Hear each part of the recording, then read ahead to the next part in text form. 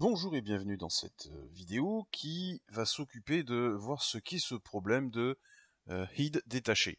Cette notion-là, ce message d'erreur, qui n'en est pas un, ce n'est pas un message d'erreur, encore une fois, c'est le cheminement classique dans GitHub. On va essayer de voir comment ça fonctionne. Alors, je nettoie tout ça, j'enlève ça, et je recommence un Git depuis le début. La dernière fois, je vous l'ai montré. Alors, hop, je supprime mon dossier Git. J'ai plus de repo local, impeccable. Et j'initialise. On va refaire un dépôt, on va dire propre. Je fais attention de rester ici, donc git add all, git commit-m, le first commit. Hop. Toujours pareil, je vais me faire deux titres. H2, donc le titre 2, que je commit. Donc titre 2. Et je me fais le titre 3. Hop là. Titre 3. Tac. Je rajoute. Je remets. Hop, hop, hop. OK. Mon dépôt est propre. Tout est en place. Si je reprends le git log qu'on avait vu la dernière fois, donc git log -one-line, on a nos 3 commits. OK. On a notre id et on a notre main. Tout va bien. Maintenant, je dis, tiens, je veux revenir, donc c'est le git checkout sur un commit. Voilà, je reviens à cet état-là parce que le 3 me plaît pas, etc., etc. Si je regarde donc en one line, forcément, à l'heure actuelle de mes logs, vu que je suis revenu dans le passé, bah, j'ai mon head qui est sur le commit 699. Je vais prendre que les 3 premiers caractères. Hein. Et si je fais un git status, on me dit, oh là là, ton head, il est détaché à ce commit-là. Comme c'est du rouge, et bien souvent de fois, on se dit, oh mince, j'ai fait une erreur. Alors, comme souvent de fois, un petit dessin vaut mieux qu'un grand discours. On va voir pourquoi, en fait, c'est complètement normal. Hop, on va passer ici, tac, et hop. Si je prends mes 3 commits dans le temps, donc on va imaginer, hop, c'est bon, on va imaginer une échelle de temps classique, parce qu'il y a bien une notion de temps hein, dans Git. Donc mon premier commit, encore une fois je prends que le premier caractère, hein, c'est le FBE. Ensuite je suis allé, je suis allé au 699, ok. Et enfin, je suis allé au commit 011. Très bien. En fait, donc, qu'est-ce qui se passe? Concrètement, ma branche main est à ce niveau-là. Et vu que le id, c'est ni plus ni moins que là où je suis, il se situe ici. Ok. Maintenant, quand je reviens en arrière, donc je reviens dans le temps, je reprends. Donc ici, on a notre... voilà. Je vais l'écrire, hein, comme ça sera fait. Donc le git checkout 699. Évidemment, vous avez compris, il y a les autres caractères derrière. Donc une fois que j'ai fait ça, donc je suis revenu à ce commit-là, ça veut dire quoi?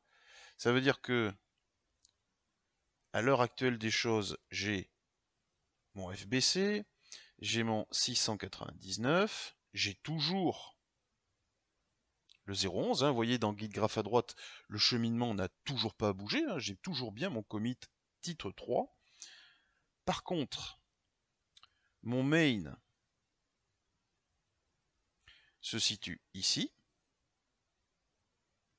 Ça c'est ma branche, elle va jusqu'à ce commit là, contrairement à la vidéo précédente où j'avais fait un reset hard, où j'avais supprimé l'historique de l'historique et de mon code et des versions, le commit, titre 3, et au final, j'ai mon id, qui se retrouve ici. Alors, c'est pas une erreur, c'est juste le système qui vous indique, vous êtes ici. Le id, de façon basique, qui est relié au main, nous dit, écoute, à l'heure actuelle, ton code, là où tu es en train de bosser, pour toi, de ta vision, ce qui est le plus avancé dans le temps, il est là. Oui, en fait, on peut aller dans le futur. Non, tu n'y es pas. Alors attention, pour les fans de Retour vers le futur, va y avoir de la ref. Hein. Même Retour vers le futur 2, on va dire ça comme ça. Alors, comment je fais pour revenir? Parce que là, c'est bien, on y est, c'est mon... Je suis bien au titre 2, j'ai vu le code, je lui dis bon, en fait, ça va. Bon, comment je fais pour revenir? On l'a vu, pour revenir à un commit, en fait, j'ai qu'à faire un checkout. Et je reviens au titre 3. Mais attention, il y a un truc à comprendre. Si je refais un status, mon id, il est revenu au titre 3. C'est un bond dans le temps. Ok, pas de souci. Mais si je regarde, donc le status est toujours détaché, il me dit pourtant que je suis bien revenu au commit. Et si je regarde le online, le id ne pointe plus au même endroit que le main. Le id est à côté du main. Alors ça donne quoi? Normalement, on est en train de se dire, si j'ai fait mon git, donc hop, checkout 011, blablabla, je me dis que je suis revenu là. Pourquoi le système me dit pas la même chose? Encore une fois, parce que c'est une notion de temps. Là, pour l'instant, vous vous baladez dans le temps. Pour les gars du Retour vers le futur, vous êtes allés en 2015. Ils comprendront. Donc, je reprends mon cheminement. FBC 699 011, sauf que mon main, donc, il bouge pas. Il est toujours au commit le plus avancé, enfin c'est l'état de ma branche. Hein. Dans cette branche, j'ai du code qui avance jusque-là. Et mon head, il est ici. Et il y a vraiment une différence en fait. Contrairement, contrairement à ici, où en fait mes deux sont bien synchronisés, ici l'un est à côté de l'autre. Si vous commencez à apporter une modification, vous n'êtes toujours pas dans la branche main. Potentiellement, vous pouvez créer une autre branche. Alors, ça je vous le montrerai. Comment je fais pour retrouver cet état-là? Alors, autant dans mon temps, je suis revenu au commit titre 3, autant je reviens à ma branche, donc git checkout branche, pour resynchroniser tout ça. Et si je regarde mon online, vous voyez bien que maintenant que j'ai mon id qui repointe au même état que le main. Les deux discutent de façon identique. On revient, hop, à l'état du haut ici. Alors qu'est-ce qui se passe si, je vous disais, ça peut créer des systèmes à part. Je reviens ici, je reviens sur ce commit, ok, et je me dis, bon voilà, c'était bien mon titre 3, ok, pourquoi pas. C'est pas cool, je vais pas l'utiliser. Alors je commence à faire des modifs. Hop, H4, le titre 4. J'enregistre. Ah, ça y est, on revient d'ailleurs à ce qu'on avait la dernière fois. Vu que le id est détaché du main, on travaille à côté. Alors, vous allez voir, je vais refaire un truc. Donc git add, je commit par contre, je n'oublie pas. Git add-main, donc ça c'est le titre 4. Ok. Vous voyez que ce titre 4, il n'est pas dans ma branche. Alors qu'est-ce qui s'est passé? Hop. Je continue. Tac, tac. Je vais refaire un coup de schéma. Donc, voilà. Je remets le temps. Je vous ai dit, hein, c'est une affaire de chronologie. Donc, FBC, 699, le 011. Ici, mon main.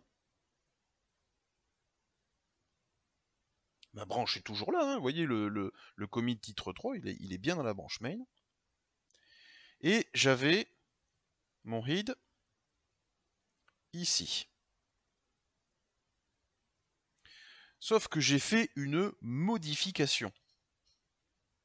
Voilà, hop, ça a sauté, c'est pas bien grave. Hop, je retourne ici. Et mon id, du coup, est passé ici. Toujours pareil, puisque le id représente là où vous êtes dans le temps. D'ailleurs, si je regarde, si je fais un git status, mon id est bien positionné. Ah, il dit qu'il vient de, autant pour moi, donc il vient du 699, forcément, il nous indique son parent. Si je regarde maintenant mes logs, alors le id est toujours, lui il est positionné au 3D, 3D9, hein, c'est logique. Et puis du coup, je vais refaire un titre 5. Titre 5, hop, j'enregistre. Du coup, je vais faire un commit. Et git commit-m, autant pour moi, -m, et on va faire donc titre 5. Ok. Alors forcément, ça continue. Mais si je reprends mon schéma, en fait, hop, oui. Si je reprends mon schéma, je suis passé ici. C'est le D25. Et comme d'habitude, mon id, lui, il est passé là, puisque c'est là où je suis dans le temps. Et c'est là, vous voyez, que ça peut créer des problèmes. Se dire comme ça, alors surtout quand on n'a qu'une seule branche, vous comprendrez hein, pourquoi, d'ailleurs je vais le garder le schéma, vous comprendrez pourquoi on fait des branches en fait, hein. Ça nous résout énormément de problèmes. Alors là je me dis, ok, donc j'ai ma branche qui s'est arrêtée au titre 3 et j'ai mon id qui lui est avancé jusqu'au titre 5. Alors je pourrais me dire, mince, comment... Du coup, je suis parti dans deux branches, là, c'est assez compliqué. Comment je pourrais revenir en arrière? C'est en fait de revenir au main. Alors, ça va poser problème parce que ces deux commits là, 3D9 et D25, ils sont rattachés à aucune branche. En fait, on pourrait dire que ce sont des commits expérimentaux. On fait des tests. Pourquoi pas? Sauf que si je retourne à ce commit là, tout disparaît. Et par contre, encore une fois, mon id n'a pas été rattaché, donc hop, je check out branche, comme ça, vous voyez, j'ai les deux titres en gras là, et si je regarde, mon id est bien positionné au même endroit que mon main. Alors, vous avez perdu ces modifications, c'était des tests. Bon, si vous étiez planté parce que vous êtes revenu au titre 2 et que vous avez commencé à travailler par-dessus, committez, ne vous embêtez pas, il faut commiter, il faut faire une version comme ça, Git s'en sort mieux, ne laissez pas du code non commité, et derrière, vous revenez simplement. Donc ça les a supprimés. Bon ben voilà, c'est foutu. Et puis, en fait, on pourrait se dire, bon, allez, je reviens encore une fois au titre 2, donc le checkout. Ouais. Je me refais une autre petite modif, donc H5, titre 5, j'enregistre, je add, je commit 5.5, voilà, on essaye d'avoir des commits simples. Puis je dis, mince, bon sang de bois. Ouais, je suis plus dans mon main, je suis détaché. Bon. Alors, il y a une autre façon de faire, c'est de garder de côté ces codes-là. Pourquoi pas? Donc, ça serait un git checkout-b test. Voilà, en fait, vous créez une branche. Alors, qu'on soit bien d'accord, je le remettrai dans les notes, hein, vous inquiétez pas. Le git branche, c'est pour créer une branche. Le git checkout de la branche, c'est pour aller dans cette branche. Bon, bah, git checkout-b, c'est pour aller dans une branche qu'on va créer. Alors, le truc, voilà, c'est que vous êtes dans la branche test. On va regarder, hop, voilà. On est dans la branche test, on a mis ce code de côté, et je git checkout main. Je reviens dans le main. Donc le ID est revenu ici. Évidemment, notre code a été supprimé, mais on a mis ça de côté. Vous voyez pourquoi on parle de branche dans GitHub, hein, parce que, bah, mine de rien, c'est sympa. Et du coup, ben, on pourrait avoir un autre problème. On pourrait dire, ben, tiens, je veux ramener, donc ici, pardon, hop, tac, oui, donc ça c'est, alors c'est en bleu les branches, hop.